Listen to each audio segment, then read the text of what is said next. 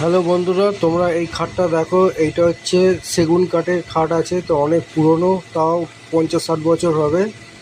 তা এই খাটটা তো পালিশ হবে, তো খুবই ময়লা পড়েছে। তা এটা ধুয়ে ধায়ে তো পালিশের পরে তা তোমাদের দেখাবো, তা দেখতে কেমন লাগে।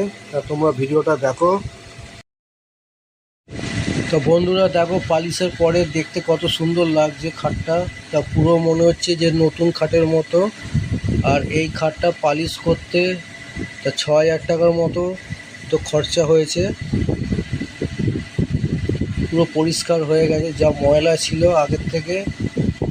কত সুন্দর লাগছে দেখতে। তা তোমাদের যদি ভালো লাগে লাইক শেয়ার কমেন্টস করো, আর আমাকে একটু সাপোর্ট করো।